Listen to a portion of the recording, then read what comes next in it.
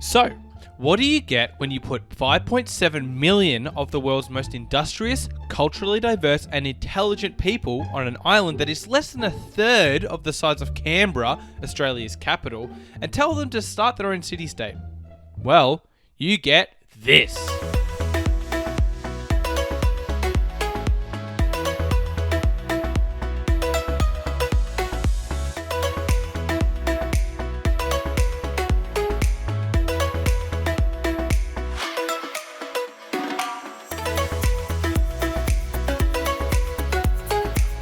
This is Singapore. And for such a small place, it packs a mighty punch. It's home to the Marina Bay Sands, Gardens by the Bay, one of the most renowned street food markets in the world, and of course, most importantly, that girl with the wacky family in Crazy Rich Asians. Eat your nuggets! Okay, no, but seriously, this place is incredible. And for a place as amazing as this, the airport that acts as the entryway to the island must be pretty special. This is everything you need to know about Changi Airport. So, where did it all begin? Well, the site that is now Changi Airport was originally used as a military airbase during World War II. The runway wasn't even paved and facilities were fairly basic. Aside from some minor runway improvements in 1949, it then stayed dormant and hardly touched for almost 30 years before anything else happened. But what prompted the decision to develop the site after 26 years? Well, in the early 70s, air traffic in and out of Singapore was increasing exponentially and showed no signs of slowing down. This was a tiny island that was quickly becoming a major hub for freight, property development and business operations. The primary civilian airport of the time was Paya Lebar Airport. And you may be thinking, okay, so why not just extend and develop that airport? Well, see, that's the thing. Paya Lebar was situated in an area that was already filled out with housing, infrastructure and business. So there was no room to expand. Luckily for Singapore, Changi Air Base was not only packed with available land, but it sat on the coast of the island, meaning they could extend out if needed. So in 1975, it was decided that a cheeky switcheroo would take place, meaning that Changi would eventually become the official civilian airport of Singapore and Paya Lebar would become Singapore's military airbase. Ground broke and construction began in 1976.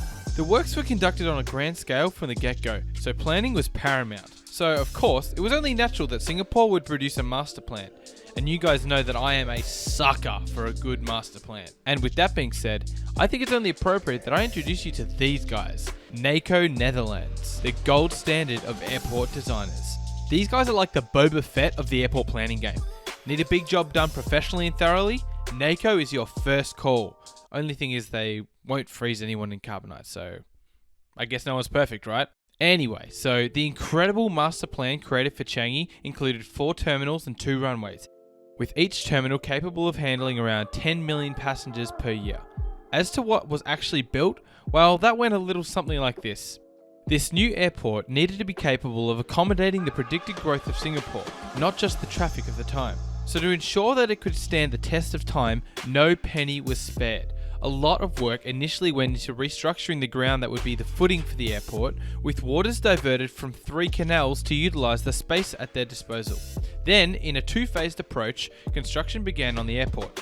Phase 1 saw Terminal 1 break ground in 1976 and finish in 1981, costing just shy of $1 billion US. Now, there's a few layers to this. Firstly, this 6-year turnaround from planning to completion officially broke the world record for fastest completion of an international airport in history. The sheer speed of this project was attributed to the management ability of the Public Works Department of Singapore. They were not only severely understaffed throughout the project, but also lacked sufficient building materials at multiple points throughout the project.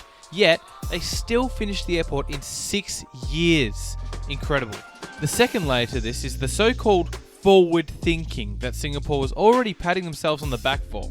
They just completed a brand new airport that they believed would sustain consistent growth in traffic from a long time to come. Oh, how wrong they were. Want to know how long it took for Changi to become too overwhelmed with traffic? 5 years.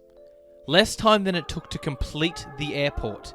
Singapore was now the shipping gateway into East Asia. Its growth was only getting quicker. So naturally, staying true to form, Singapore did not mess about even in the slightest. You see, our friends at NACO, being the professionals that they are, had already predicted that Changi would need to continue to rapidly expand, which is why they drafted a design for 4 terminals. As we know, Changi had only completed Phase 1 at this stage, and the Public Works Department thought that they could get away with belaying the beginning of Phase 2 to divert funds to the expansion and development of Singapore's shipping port. Because let me tell you, whatever rate you thought Changi was expanding at, double it, then double it again, and then maybe you'd come close to the rate of exponential traffic increase that was occurring at Singapore's shipping port. Nevertheless, it was now 1986 and the airport desperately needed to begin Phase 2, and that's exactly what they did. And just to prove once again how impressive the Public Works Department were, they cut a year off of their previous construction record, completing Terminal 2 along with extended car park facilities and then state-of-the-art SkyTrain service to better connect Terminals 1 and 2. And it's just as well that this project was completed in a timely manner, because in the same year that Terminal 2 was completed, international passenger arrivals topped 5 million a year out of Changi. So now Changi was capable of accommodating for exponential growth. They'd completed Phase 1 and 2, and business was good. Now right here, yeah, this is where it starts to get really crazy. To Changi, serving passengers in and out of Singapore just wasn't enough. From 1995 to 2000, they added a number of incredible luxuries to their airport. The world's first transit area swimming pool, a sports arena, a movie theatre and a news lounge. That's right, you could watch the 1998 classic The Truman Show featuring Jim Carrey live from Changi Airport. Oh, and in case I don't see you, good afternoon, good evening and good night. Then, from 2001 to 2008, a rail line to connect Changi to the city of Singapore was completed, and continuing the theme of world firsts, an automated flight check-in system was introduced. In 2006, Singapore won its first Skytrax title for Best Airport, but it was actually the 3rd time that they'd won the award since 1988. In 2007, Singapore Airlines' first A380 landed in Changi, and from here, Changi wasn't taking any chances with delaying development further. They wanted to stay on top of the traffic demand, so to accommodate for the continual traffic growth, they began work on Terminal 3, which officially opened in July of 2008. And as if they hadn't added enough to the airport facilities already, the new Terminal 3 included an incredible enclosed butterfly garden. It really is getting clearer and clearer as to why it is that Changi continues to be awarded the title of World's Best Airport. In 2009, Changi Airport entered a new era under new management, as it became corporatized, now managed by the Changi Airport Group.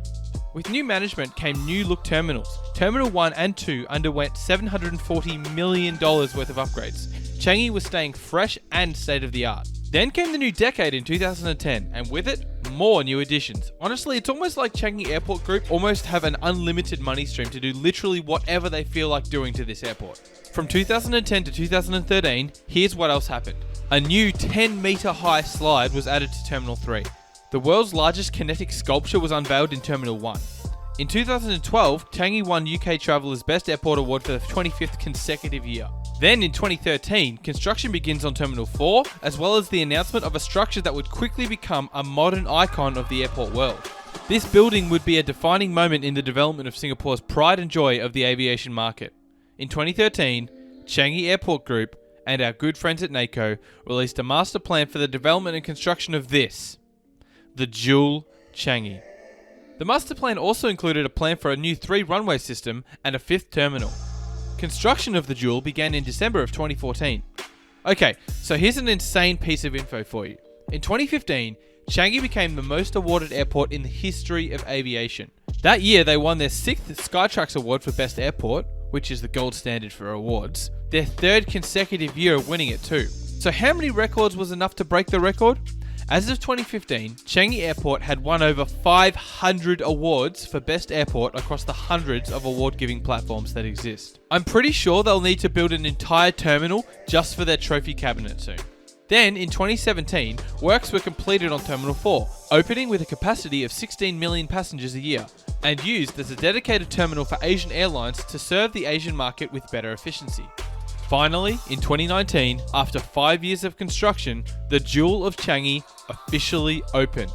It truly is a stunning piece of architecture, and if there were any rivals for best airport in the world before, there certainly aren't now. So let's summarize what the airport looks like at the moment. It has 4 active terminals that combine to handle a capacity of 82 million passengers a year. It uses a 3-runway system in parallel, with the 3rd runway sitting on the far side of the current Terminal 5 development site. Changi does not have an extensive car parking facility, mainly because it doesn't need to. It's very close to Singapore's CBD and connects directly to the East Coast Parkway, which connects Changi to the rest of Singapore. The airport features a rail system that connects all 4 terminals to each other, as well as a public rail line that feeds passengers into Singapore's public transport network. Changi's cargo operations facility is situated north of the 4 terminals, close to the airport's fuel depot and the Changi ferry terminal. In total, Changi Airport handled over 1,000 flight movements a day in 2019, while COVID-19's impact saw that fall to 169 movements a day during 2020. So what does the future hold for Changi Airport? Well, no doubt, true to style, Changi will continue to push the boundaries of airport quality and technology. I am completely sure that we will see many more increasingly impressive projects come into fruition over the course of the next 30 years. But for now, Terminal 5 continues in its construction, with plans already recently released for an expansion of the terminal once completed. The new terminal will more than double the airport's annual passenger capacity and will feature 2 concourses and 2 piers connected to the main terminal building. So as I always say on this channel, it's important for many reasons that airports do as much as they can to counteract the negative environmental effects of their aerodrome. And if you were looking for a gold standard for this, a role model to compare every other airport to, then look no further than this incredible airport. In fact, there have been internationally recognised academic studies conducted on just how well Changi Airport does to decrease their carbon footprint and limit their effects on the environment. This level of notoriety even goes to the point that it's been awarded the award for the cleanest airport for 7 years running. I mean, are we even surprised at this point? So, let's list off the environmental programs that Changi have established in quick-fire succession. All electric baggage tugs that reduce a total of 627 tonnes of CO2 emissions a year. Wastewater filtration systems that filter all water captured or used throughout the airport into an on-site irrigation system that feeds the countless greeneries throughout the airport, in turn generating more CO2 cleaning and fresh oxygen. A system of machines that converts all food waste into wastewater. A dedicated program to reduce the overall use of non-recyclable plastics with the end goal of complete elimination of the use of plastics. Energy efficient light and electrical fixtures throughout the airport that have saved over 9,000 tonnes in carbon emissions since 2014. All retail and food outlets mandated to set certain quotas for the usage of recyclable packaging and products. An environmental policy review board that is tasked with continually reviewing and refreshing all existing environmental programs as well as potentially adding new ones. An awareness training program for all employees to promote good environmental practices. Building sections of new apron with recycled concrete. A rooftop solar farm that reduces CO2 per annum by over 160 tonnes. Even an audit team to hold the board of Changi Airport Group to account and ensure that environmental sustainability is not something that is overlooked or scrapped. The scale of thought that has been put into environmental sustainability at Changi Airport is a shining example for the rest of the world on how to operate an airport in an environmentally friendly manner. Well, I think that just about covers everything. Now you know everything there is to know about Singapore's Changi International Airport. I hope you enjoyed this video. For more videos on the complete history and future of other airports, be sure to visit my channel. If you did enjoy this video, be sure to subscribe and like this video to help YouTube promote my content. Which airport should I cover next? Leave a comment down below with your suggestions. As always, thanks for watching and have a great week.